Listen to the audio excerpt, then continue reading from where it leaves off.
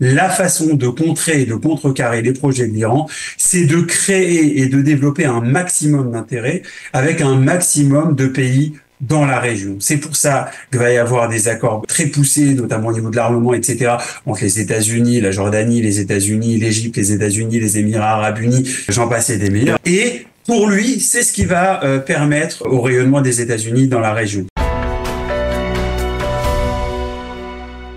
Nous avons le plaisir d'être en ligne avec Raphaël Hamzalag. Raphaël, bonjour, Boker Tov. Bonjour Daniel, Boker Tov. Merci d'être avec nous. Je rappelle à nos auditeurs que vous êtes membre du Likoud et je voudrais avoir votre appréciation d'observateur avisé de la réalité politique et même, on va dire, diplomatique qui est dans la société israélienne après ce qui s'est passé hier.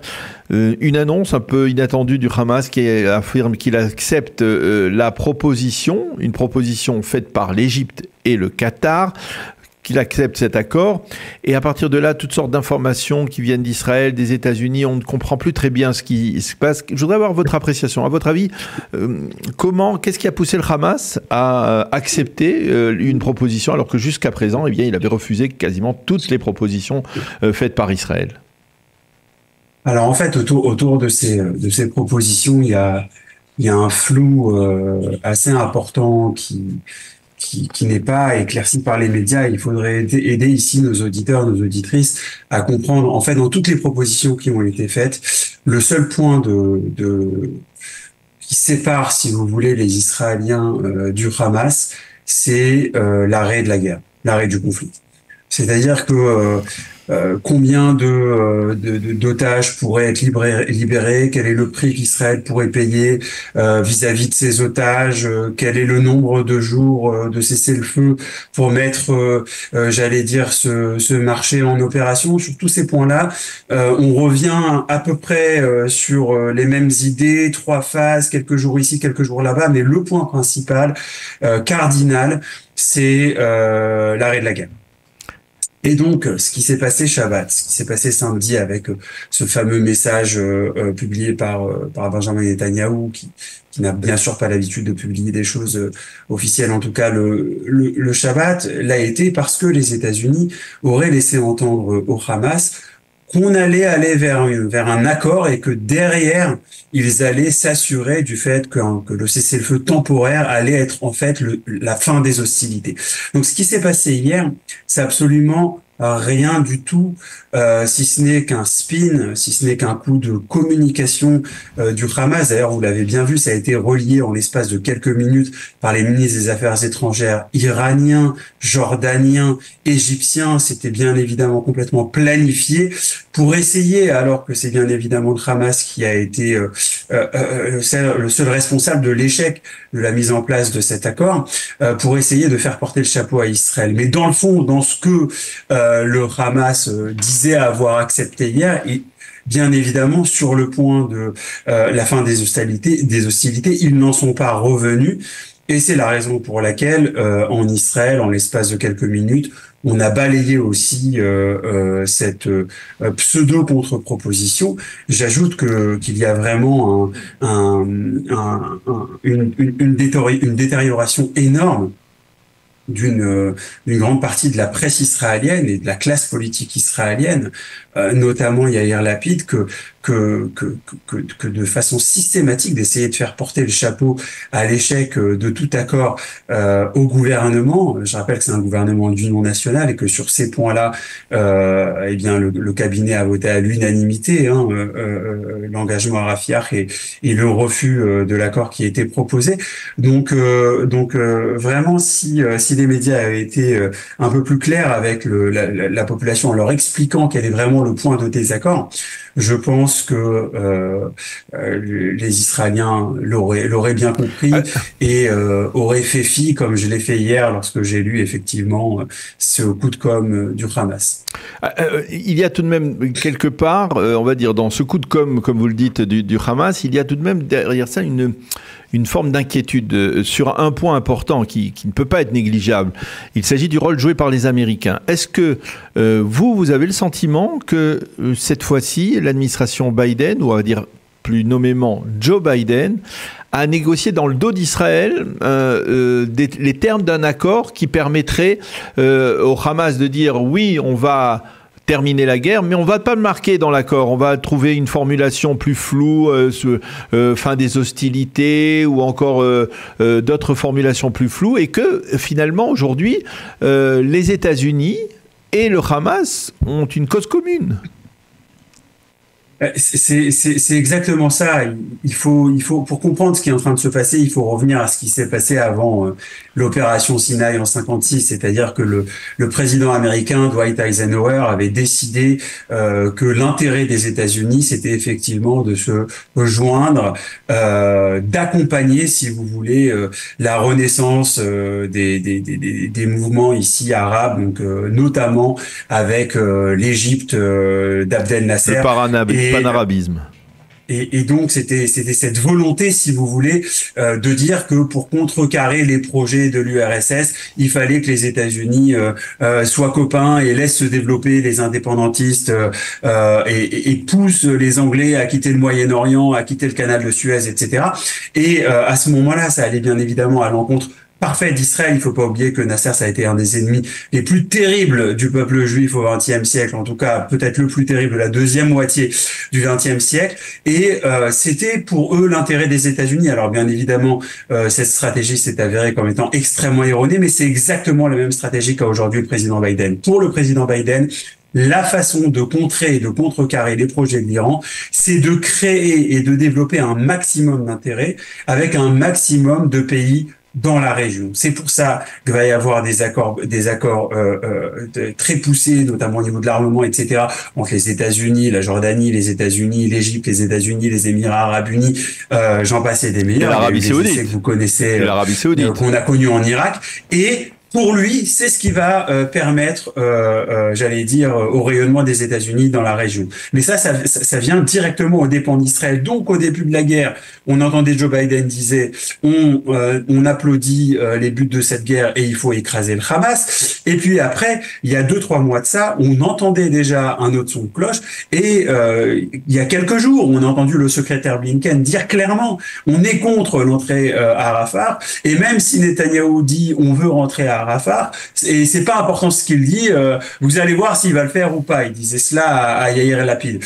Donc en fait, aujourd'hui, les Américains sont contre, sont revenus de leur position, sont contre la victoire d'Israël.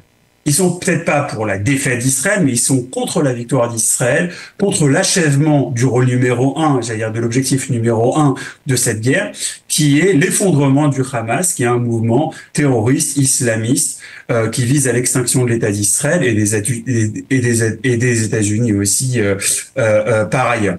Donc oui, Joe Biden aujourd'hui désire qu'on ne gagne pas cette guerre, même s'il désire peut-être pas qu'on la perde.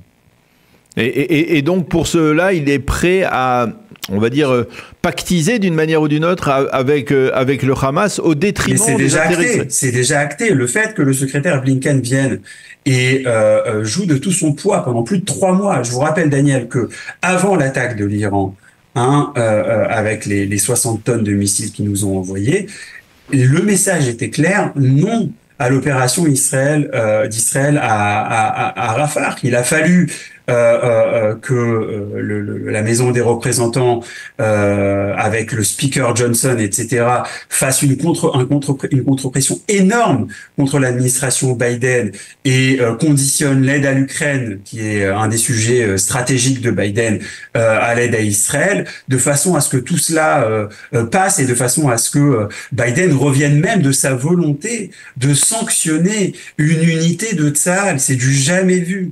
Le Gdoud Netzach Yehuda, qui est une unité d'infanterie de Tsahal depuis des années, comme les parachutistes Sanchanim, comme Golani, aurait dû être sanctionné pour quelque chose qui a eu lieu à l'époque où Bennett et Lapid étaient premiers ministres. Mais peu importe, c'est quelque chose qui est absolument scandaleux, alors qu'on est en plein milieu d'un conflit quasi existentiel.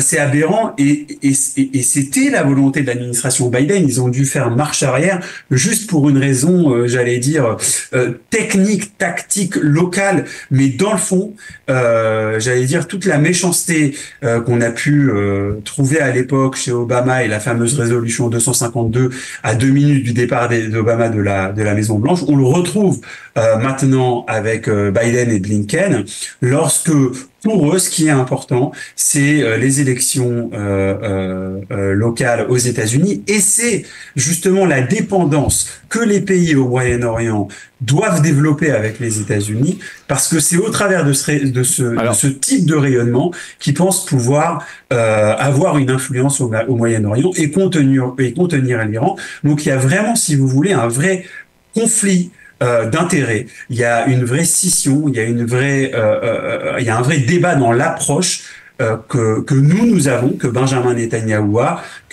que l'ensemble de l'essentiel de la population israélienne a par rapport à l'administration Blinken. Alors, je voudrais revenir. Il faut le comprendre, c'est un débat de fond, c'est pas un débat de fond. Effectivement. Je voudrais revenir avec vous, puisque vous avez mentionné Dwight Eisenhower et 56. Je voudrais revenir aussi à un autre élément historique qui prouve que Benjamin Netanyahou, de temps en temps, sait faire montre, on va dire, de pragmatisme diplomatique. Je vous rappelle qu'au moment, il y a 4 ans, quasiment, au moment où on a beaucoup parlé d'une annexion, même partielle, de la Judée et de la Samarie par le gouvernement israélien, eh bien, Benjamin Netanyahou a décidé de renoncer à cela en échange des accords d'Abraham qui ont été signés avec l'administration Trump. Pourquoi est-ce que dans le contexte actuel, il y avait une sorte de proposition semblable, à savoir accepter un deal qui éviterait l'opération israélienne à Rafah, mais qui permettrait à Israël de normaliser ses relations avec l'Arabie Saoudite, une redistribution des cartes régionales, avec justement une possibilité d'avoir des alliés solides face à la menace du nucléaire iranien. Pourquoi finalement Benjamin Netanyahou n'a pas accepté cela, et est-ce que vous ne pensez pas qu'il a fait montre de moins de pragmatisme qu'à l'époque de Trump ? Alors pas du tout, parce qu'on peut absolument pas comparer les deux procédures. Il faut un peu mettre de l'ordre dans tout cela, si vous le permettez. Regardons ce qui s'est passé à l'époque. À l'époque, Trump dit à Benjamin Netanyahou, écoute, tu as ce plan d'annexer la vallée du Jourdain, il y a ici un accord qui peut sortir, essayons de faire avancer l'accord avec les Émirats arabes unis. Il faut pas oublier que c'était réellement le premier accord qui a ouvert les portes des accords d'Abraham. Et pendant l'administration Trump, on a déjà été très très loin dans les négociations avec l'Arabie Saoudite, avec le prince héritier. Donc c'était déjà bien avancé. Donc là, en fait, qu'est-ce qu'on donnait et qu'est-ce qu'on recevait? On ne donnait rien, parce qu'en définitive, on n'avait pas encore annexé la vallée du Jourdain. Il faut pas oublier que Benjamin Netanyahou le disait à l'époque et le répétait, annexer un territoire sans qu'il soit reconnu au niveau international, aujourd'hui, ça n'aide pas, dans la conception de Benjamin Netanyahou, ça n'aide pas la position de l'État d'Israël et à son rayonnement. C'est la raison pour laquelle il disait oui à l'annexion de la vallée du Jourdain si c'est reconnu par l'administration Trump, qui a par ailleurs reconnu le plateau du Golan, qui a été annexé avec cette fameuse loi passée en 80 par l'administration Begin. Donc, si vous voulez, on n'a rien donné, on a tout obtenu. Et ici, c'est absolument l'inverse. Il faudrait qu'on revienne sur des intérêts fondamentaux, vitaux de l'État d'Israël. Une guerre, encore une fois, je le dis, je le répète, existentielle, pour obtenir un accord qui, de toutes les façons, était dans les tuyaux, parce que c'est l'intérêt des Saoudiens avant d'être notre intérêt à nous. Mais il faut que nos auditeurs se souviennent que l'administration Bush, lors du plan de désengagement en 2005 de la bande de Gaza, avait émis une lettre officielle du président qui disait que les États-Unis seraient garants du fait qu'aucun terroriste ne prenne possession de la bande de Gaza et qu'aucune activité terroriste ne s'y développe. Alors après, on peut aussi avoir un large sourire en se souvenant que devant la Maison-Blanche, c'est Clinton qui, dans les années 96, signait à l'Ukraine, suite à son désengagement de nucléaire, la promesse que les États-Unis allaient assurer la sûreté de l'Ukraine. Donc bien sûr, on sourit, parce que personne, aucune puissance étrangère va combattre à notre place. Les États-Unis ne sont pas allés sauver les Ukrainiens en Crimée il y a 6 ans. Mais Raphaël, et ils le feront pas avec nous. Ils ne l'ont pas fait avec nous. Ils l'ont peut-être fait. Ces pseudo-accords qui changeraient la donne au Moyen-Orient, c'est uniquement, encore une fois, une com des États-Unis en essayant de parler d'une coalition qui de toutes les façons existe déjà depuis 20 ans. Depuis 20 ans, les Saoudiens. Je vous rappelle que les Houthis au Yémen ont attaqué les installations pétrolières saoudiennes il y a quelques années avec une frappe qui leur a coûté leur capacité de produire des dizaines des centaines de milliers de barils. Donc c'est pas quelque chose de nouveau. C'est pas quelque chose de nouveau. Ils ont essayé de faire ce qu'on appelle en marketing un packaging, essayer de nous vendre quelque chose qui existe déjà. Alors une dernière question, il nous reste vraiment 2 minutes, Raphaël. Est-ce que finalement, aujourd'hui, on le voit, il y a aussi des relations exécrables entre Joe Biden et Benjamin Netanyahou. Est-ce que finalement, au niveau de politique intérieure aujourd'hui, l'heure n'est pas venue face, on va dire, aux désaveux dont est l'objet Benjamin Netanyahou, bien entendu, dans une partie de l'opinion publique israélienne, mais au sein de la communauté internationale, d'envisager, pour le Likoud, par exemple, de se doter d'un autre leader, d'essayer de provoquer peut-être des élections, de provoquer un changement au sein du Likoud, et de se doter d'un leadership qui apporte plus de confiance, parce que, ne nous leurrons pas, Benjamin Netanyahou est critiqué même à l'intérieur du Likoud. Les critiques sont de plus en plus ouvertes. Alors, ce qui est magnifique, vous voyez, au Likoud, c'est qu'il y a des élections. Donc, Benjamin Netanyahou a su les perdre dans sa vie. Il n'a pas toujours gagné les primaires au Likoud. Et peut-être que demain, il les perdra encore, surtout après son erreur colossale et le fait qu'il ait été Premier ministre lors du 7 octobre et le fait qu'il ait été dans ce qu'on a appelé la stratégie des tours de guerre à Gaza, qui s'est avéré comme un échec. Mais moi, je pose une autre question. Qui aurait aujourd'hui la stature de faire face au président des États-Unis d'Amérique? Lorsqu'on entend les voix du cabinet de guerre avec Eisenkot et Gantz qui sont toujours favorables en fait à cet accord, parce qu'on n'en parle pas, mais cet accord, si tenté qu'effectivement le Hamas aurait accepté de mettre de côté cette volonté de pas terminer la guerre, qu'est-ce qu'on aurait eu? On aurait eu encore un accord qui est absolument, à mon goût, exécrable pour le peuple d'Israël, parce qu'on aurait libéré encore des terroristes avec du sang sur les mains, on aurait renfloué, on aurait réinstauré de l'espoir chez ces terroristes du Hamas qui, pour l'instant, à part leur victoire, malheureusement, du 7 octobre et l'échec de Tsahal de faire face au 7 octobre, depuis ne cesse de saper et de décimer les unes après les autres les unités du Hamas. Donc moi, je pense que la stature internationale, l'expérience de notre Premier ministre dans une situation politique mondiale où les intérêts américains, mais bien évidemment aussi européens, vous avez entendu déjà hier en Chine, la France et la Chine qui condamnent notre entrée à Rafah, alors que tout le monde sait que Rafah, c'est les 4 derniers bataillons du Hamas. Tout le monde sait que Hamas, c'est un mouvement terroriste fondamentaliste, et pourtant ils ont, j'allais dire,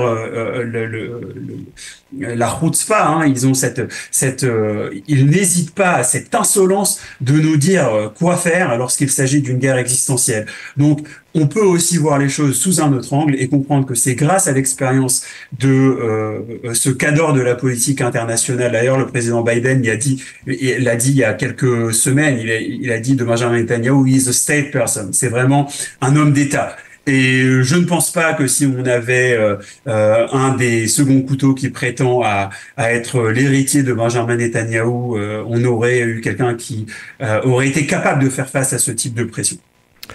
Eh bien, Raphaël Hamzalag, merci beaucoup d'avoir accepté de commenter cette actualité, de l'avoir fait de manière aussi limpide, alors que l'actualité, évidemment, on le disait, n'est pas du tout claire, elle est plutôt floue ce matin. Merci beaucoup de nous avoir éclairé sur ce dossier complexe. Merci d'avoir été avec nous. Bonne journée, à bientôt, Raphaël. Merci, Daniel.